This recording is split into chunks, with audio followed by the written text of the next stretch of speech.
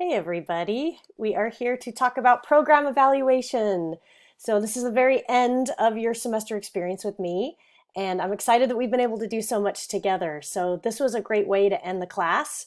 Not a lot of work to do, just getting after some more of how your sociology or criminology and law degree really do help employ you and give you valuable skills in the marketplace. One of which is program evaluation and being able to do social research, especially if you're doing projects like grants or other kinds of things to gather information about the community you serve, the clients or the customers you have. So you'd be surprised at how these skills come into place in the marketplace. So I always like to end with, look how valuable your degree is and all the stuff you know how to do. But let's get started with just an overview of program evaluation and framework. All right, so first we'll ask ourselves, what is program evaluation? So essentially, program evaluation investigates the merit and significance of activities, of community groups. It helps clarify program plans. It improves communication among partners. It gathers feedback needed for program effectiveness. And it is essential for grants. It's the only way to prove and demonstrate with evidence that you're actually doing your activities, getting results, and meeting your outcomes and impacts that you promised you would get at the onset of your project. So essentially, when you're evaluating a specific program, you have a bunch of decisions to make. So first, you have to decide what will be evaluated. Next, what criteria will judge the program's performance? So how will you know that you, first of all, did the activity, and second, what results demonstrates that the activity was accomplished and is meeting your goal? What standards must be reached for the program to be considered successful? What will indicate the performance happened, and what conclusions are justified? So you have to say, okay, if someone that didn't know my project and was just kind of familiarizing themselves with what I was going to do said, well, how do you know that the activities you did actually happened? What evidence would you use to do that? That's the kind of answer, when you think through that question critically, that you go, oh, those are the things I need to collect, observe, and provide a funder in some kind of report during my grant program, so that they can be assured that my activities are occurring and my grant is going as designed. I won't say as planned, because a grant is a plan and plans change. Sometimes unexpected events occur, shortages, things out of our control, but your grant should be flexible enough to account for those things. And you can also still do some reporting on the things you have been able to accomplish despite setbacks. So program evaluation is a really important communication point for you as a grant seeker and to the grant funder to, again, demonstrate that the project is going on. So the steps you want to take in program evaluation, and again, this isn't just for grants. You might be doing program evaluation for your own organization you work for someday to determine whether it's being effective. So of course you want to engage your stakeholders, which a stakeholder can be a number of different people.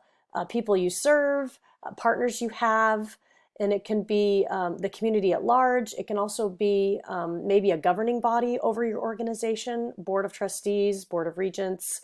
So keep that in mind, that it can be a variety of people that have a stake in your organization's success. You want to describe your program, focus the evaluation design, gather credible evidence, justify your conclusions, and ensure use and share lessons learned. So probably the most popular part of a grant is lessons learned, because that is something that can be disseminated to other program people so that they can go forward with successful programs and not repeat mistakes that maybe you encountered along the way. So there are 4 standards or categories of evaluation standards, and these are universal, and I'll show you where they come from. But essentially it's utility, feasibility, propriety, and accuracy. So this kind of sounds like something we've come across before in the class, those critical thinking elements, right? They're very similar. So I was very methodical in introducing you to the elements of critical thinking so that this could be a part of your own reasoning when you think through the logic and the plan and programming of evaluation, of grant writing, and any other kinds of projects and activities you do in your career. So we're going to go through these 4 together, but they actually come from the Joint Committee on Standards for Educational Evaluation. Formed back in 1975, this is the official source for standards for program evaluation in North America.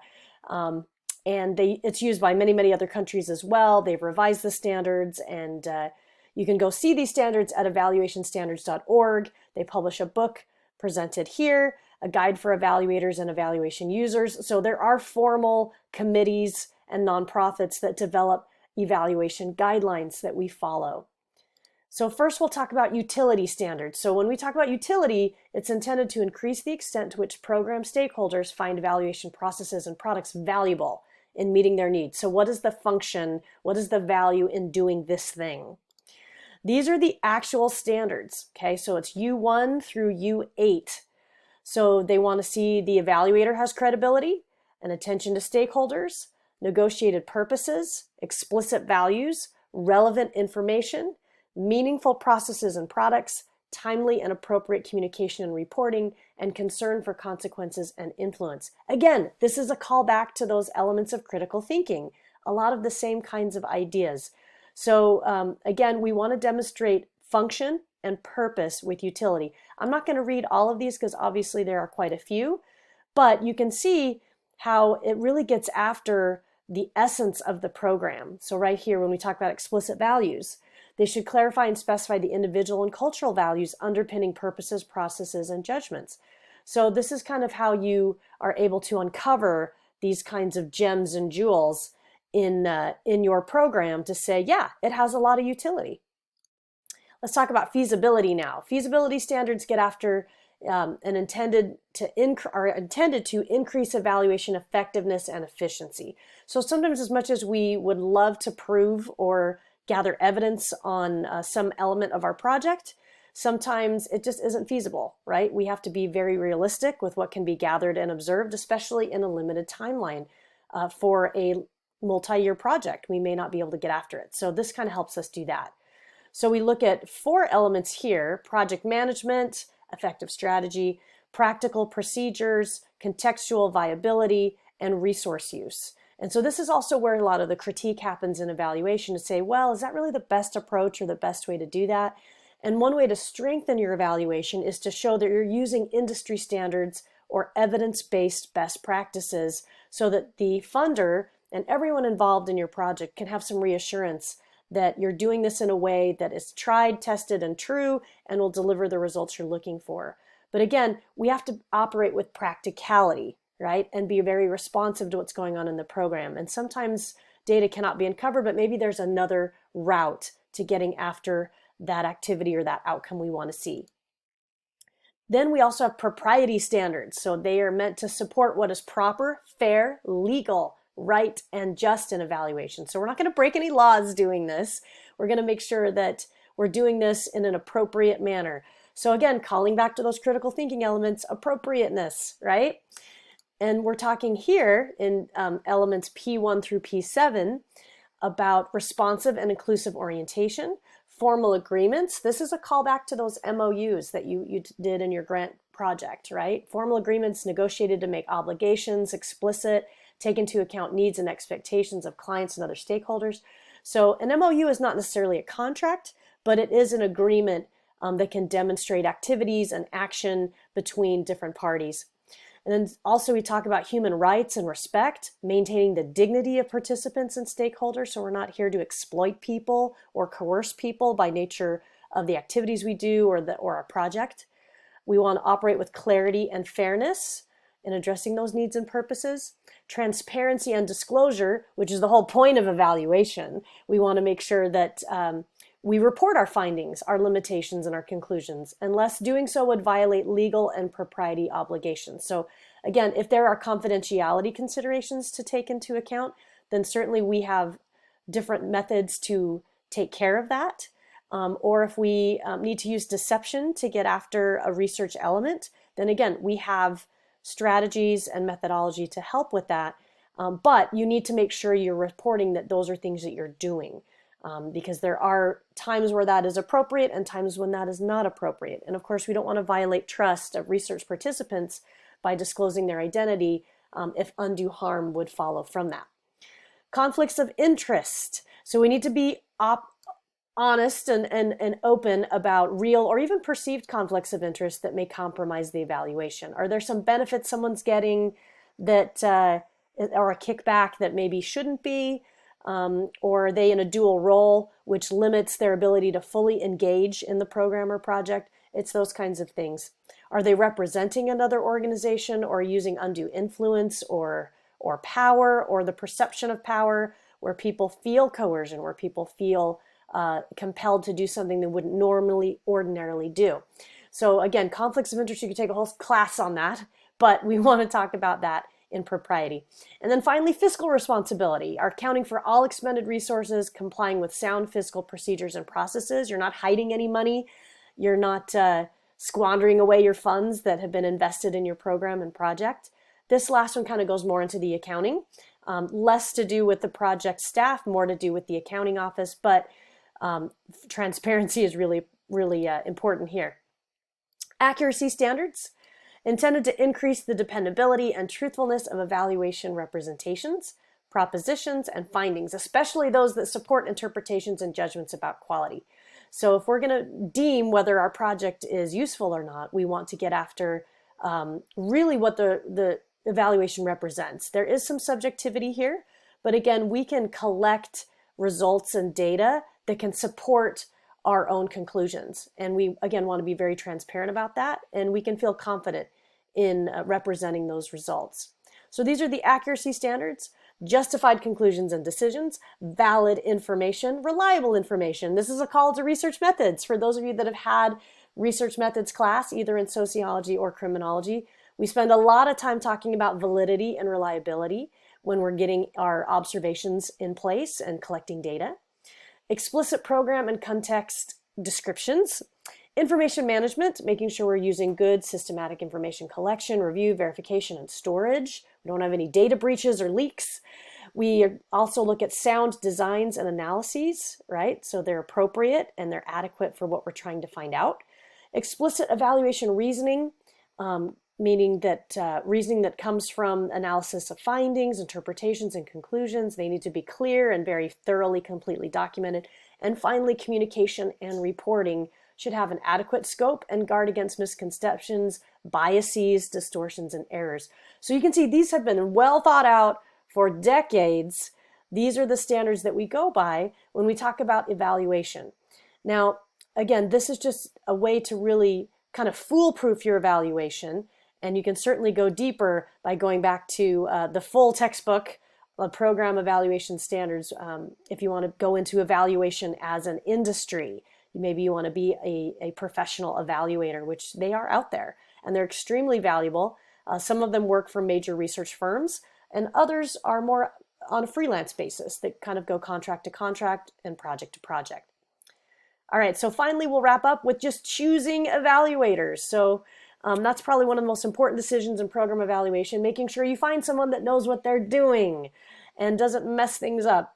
So when we look at choosing evaluators, of course, we want the accurate information. We want to take into account public opinion, and they also represent your project. They're going to be out there on the front lines collecting data, interacting with your research participants, your subjects, your community you're serving, and we want to make sure they represent your project and your goals very well. They're kind of an ambassador of the project. So they need to have public opinion taken into account and represent you well. They also need to make the proper adjustments if necessary. They need to be really good at curveballs, because sometimes things just don't go according to plan, and they need to be able to rally and regroup and come up with a new approach. So before evaluation, you have to decide on money, right? And what their work is worth. You build that into your budget. You have to look at the complexity of the evaluation and the kind of skill set needed to accomplish that evaluation. So maybe they're really good at designing surveys, but are they really good at analyzing data and running statistics? What are those skill sets, right? Do they know how to manipulate data? Do they know how to store and house data? Are they familiar with confidentiality practices? Are they good at building rapport while interviewing subjects? So again, these are things we talk about in research methods class. We also have to think about the type of information desired, and again, it goes back to those skill sets that are needed in order to get the information, and then just the purpose. Why are you using evaluation? Most grant seekers will tell you, because the funder told me I had to. But you also need to use it to reflect on your own activities, your own processes, right? So it's going to help you strengthen your project as you go, to be able to pivot and change when things are not going well, and also articulate why you can sustain your project, why you should be extended for another funding year, because you've demonstrated you've met your goals and you have sound evaluation to back that up. Finally, what to look for when choosing evaluators.